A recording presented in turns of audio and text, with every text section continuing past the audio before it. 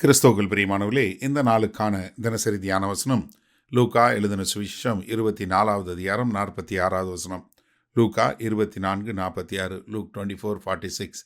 எழுதியிருக்கிறபடி கிறிஸ்து பாடுபடவும் 3ஆம் நாளில் மரித்தோரிலிருந்து எழுந்திருக்கவும் வேண்டியதாய் இருந்தது. இப்போ ஆண்டவர் என்ன சொல்றாரு? எழுதியிருக்கிறபடி, எங்க வேத வசனத்தை உறுதி செய்யும் வண்ணமாக கிறிஸ்து, அதாவது கர்த்தரால் அபிஷேகிக்கப்பட்டவர். கிறிஸ்து என்றால் என்ன? அபிஷேகிக்கப்பட்டவர். அவர் பாடுபடவும் 3ஆம் நாளில் மரித்தோரிலிருந்து எழுந்திருக்க வேண்டியதாயிற்று. சங்கீதம் 2வது வசனம் என்ன சொல்லுது? கர்த்தருக்கு விரோதமாகவும் அவர் அபிஷேகம் பண்ணிருக்கு விரோதமாகவும் பூமியின் ராஜாக்கள் எழும்பி நின்று அதிகாரிகள் ஏகமாய் ஆலோசனை பண்ணி. கர்த்தரால் அபிஷேகிக்கப்பட்டவர்கள். அப்போ அவர் என்ன? பாடுபட்டு, அதாவது மரணம் அடைந்து 3ஆம் நாள் உயிர் தழுவது.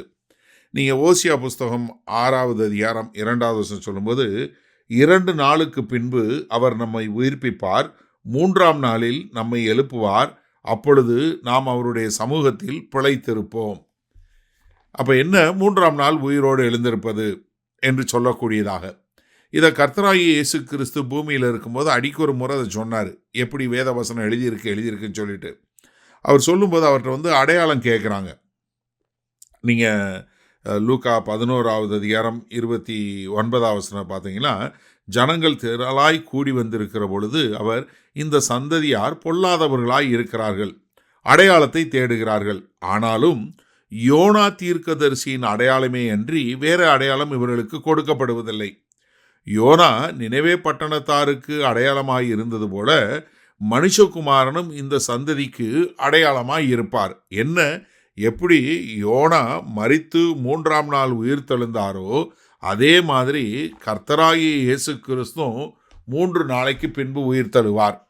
இப்போ யோனா மரித்து உயிர் தெழுந்தார்ன உடனே நீங்கள் கேட்டுட்டு இருக்க ஒரு சிலருக்கு நீங்கள் பார்த்துருப்பீங்க, சின்ன வயசுலேருந்தே யோனா மீன் வயிற்றுக்குள்ளேருந்து ஜெபம் பண்ண மாதிரி கலர் போட்டதுனால உங்களுக்கு தோணும் யோனா மரித்திருந்தார் என்பதை குறித்து நாங்கள் ஒரு தெளிவான செய்தி உங்களுக்கு ஏற்கனவே கொடுத்துருக்கோம். நம்ம யூடியூப் சேனலில் இருக்குது, நீங்கள் பார்க்காதவங்க பார்த்துக்கோங்க. அதனால தான் கர்த்தராகிய இயேசு கிறிஸ்து சொன்னார், யோனாவினுடைய ஆலயம் போல. அப்போ என்ன? நான் 3ஆம் நாளில் உயிர் தள்ள வேண்டும், அதுதான் நியமிக்கப்பட்டது. அதனால தான் ஆதி அப்போஸ்தலர் பிரசங்கம் பண்ணும்போது எல்லாமே, அது பேதுருவாக இருக்கட்டும், பவுலாக இருக்கட்டும், இது எல்லாருமே அதை குறித்து கர்த்தராகிய இயேசு கிறிஸ்து பாடுபடவும் 3ஆம் நாள் உயிர் தள்ள வேண்டியதும் என்று அவங்க சொன்னது. அவங்க பிரசங்கத்தை பார்த்தீங்கன்னா, அப்போஸ்தலர் 17வது அதிகாரம் 3வது வசனத்தில் தெசலோனிக்கே பட்டணத்தில் சொல்லும்போது சொல்கிறாரு, கிறிஸ்து பாடுபடவும் மரித்தோரிலிருந்து எழுந்திருக்கவும் வேண்டியதென்று நான் உங்களுக்கு அறிவிக்கிற இந்த இயேசுவே கிறிஸ்து என்று காண்பித்து திருஷ்டாந்தப்படுத்தினான். அதாவது பவுல் என்ன பண்ணுறாரு? இவர்தான்ப்பா தேவனால் அபிஷேகிக்கப்பட்ட அந்த கிறிஸ்து, அவர்தான் பாடுபட்டு உயிரோடு எழுந்திருந்தார் என்று சொல்லக்கூடியதாக அவர்களுக்கு நிரூபிக்கக்கூடியது. சரி, இந்த நாளில் இந்த வசனத்தை நம்ம எப்படி எடுத்துக்கொள்வது? இன்றைக்கும் எப்படி கடவுள் மரிக்க முடியும், எப்படி ஒரு இரட்சகர் மரிக்க முடியும் என்பதை குறித்து அநேகருக்கு ஒரு மாறுபாடான கருத்துகள் உண்டு. அநேகர் அதை குறித்து மன வருத்தம் அடைவது உண்டு.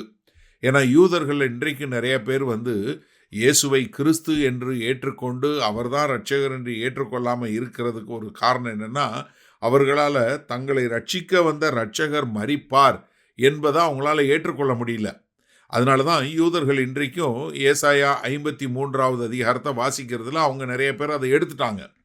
காரணம் என்ன? ஏன்னா அதில் மிக தெளிவாக எழுதப்பட்டிருக்கிறது, எப்படி அவர் ஒரு தேவனுடைய வேலைக்காரனாய் மரிப்பார், அவர் எப்படி அவர் மரிப்பாருங்கிறது குறித்து மிக தெளிவாக எழுதப்பட்டிருக்கிறது. ஆனால் அவங்க அதனால தான் அவங்க விசுவாசிக்கிறது இல்லை. ஆனால் நம்மளுடைய விசுவாசம், கிறிஸ்தவர்களுடைய அடிப்படை விசுவாசம் என்ன?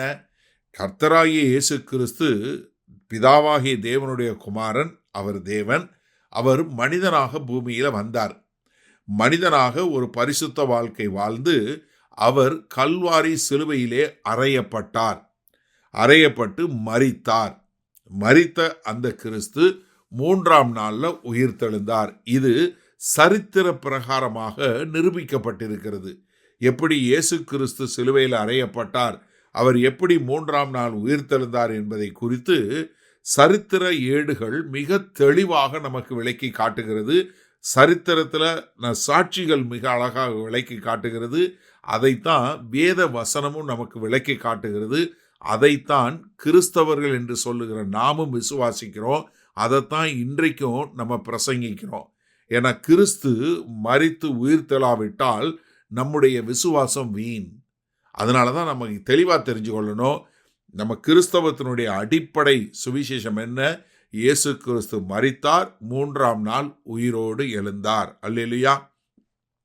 வல்லபிதாவே, இந்த அருமையான நல்ல நாளுக்காய் நன்றி. இதோ நீங்கள் ஒரு சாதாரண மனுஷனாய் உங்களுடைய தெய்வீக தன்மையை தள்ளி வைத்துவிட்டு ஒரு அடிமையின் ரூபம் எடுத்து மரண பரியந்தம், சிலுவையின் மரணபடியும் கீழ்ப்படிந்து நீங்கள் மறுபடியும் உயிர்த்தெழுந்து இதோ ராஜாவாக வரப்போகிறீர்கள் என்பதை நாங்கள் முழுமையாய் விசுவாசிக்கிறோம். எங்களை நாங்கள் உங்களுடைய கரங்கள் ஒப்படைக்கிறோம். இயேசு கிறிஸ்துவின் மூலம் பிதாவே, ஆமேன்.